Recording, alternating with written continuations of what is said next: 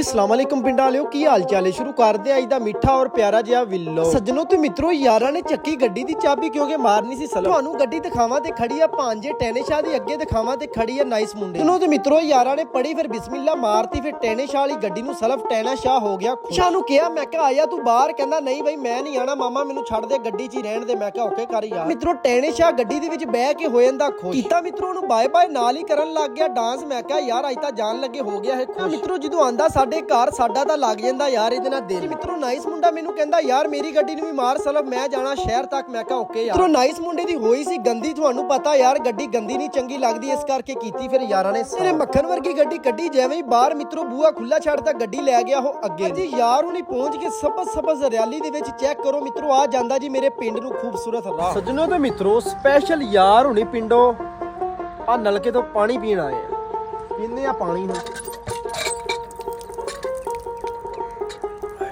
यार हुणी पहुंच के साजी भाई दी दुकान ते इत्थे बैठा सी अजीम भाई भी बह के करन लग गए फिर मिठिया मिठिया गल्लां। सूरत पिंड दा खूबसूरत मेन बाजार जे दिखावा मित्रों किड्डा प्यारा लग रहा है। देखदे हुणे आ मठियाई इन्नी क्यों यार मोटरसाइकिल दे नाल टंगी हुई है मित्रों। नाइस मुंडे दी मंगनी दी खुशी दे विच वंडन जा रहे। देर बाद मित्रों दिखावा स्कूटर दे नाल मठियाई कोनी मठियाई सारी आया वा। मित्रों मेरे महल्ले दा शरारती मुंडा हर टाइम महल्ले दे विच ही रहंदा खेल। महल्ले दे विच मित्रों एक मुंडा हैगा जी शहीन शाह अफरीदी दा फैन। मित्रों इहदी बॉलिंग चेक करो यार कमाल। भाई गेंद किधर गिर गई छत ते? ओए होए होए किदी सी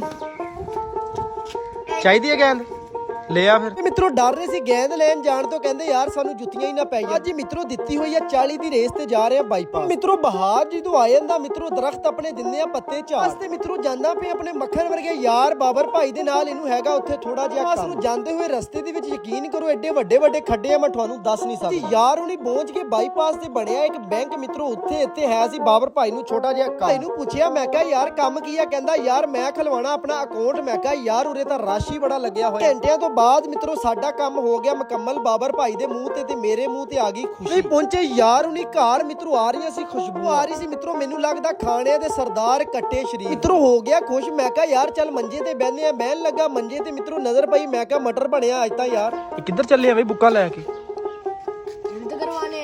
अच्छा ये नवियां आईयां? हां ये किनवी च हो गया बई तू ये दस? 4 चौथी च हो गया। वो आई है बच्ची वो दूसरी में है चौथी। अच्छा चलो भी करवाया हाँ जी। घर ही भाई किधर नू चले हैं? डेरन चले। मैं भी जाना यार चलिए। चलो गट्टू रखना एक किथे? तेरे मोटरसाइकिल पीछे ले आ फिर ले आ। हमजा साहब गट्टू चकवाया वो कारी भाई तकरीबन मेरे हिसाब नाल 30-40 किलो दा गट्टू आ। 45 किलो दा लाला। तेरा हजे विआह भी नहीं होया, गट्टू नहीं चक हुंदा तेरे तो?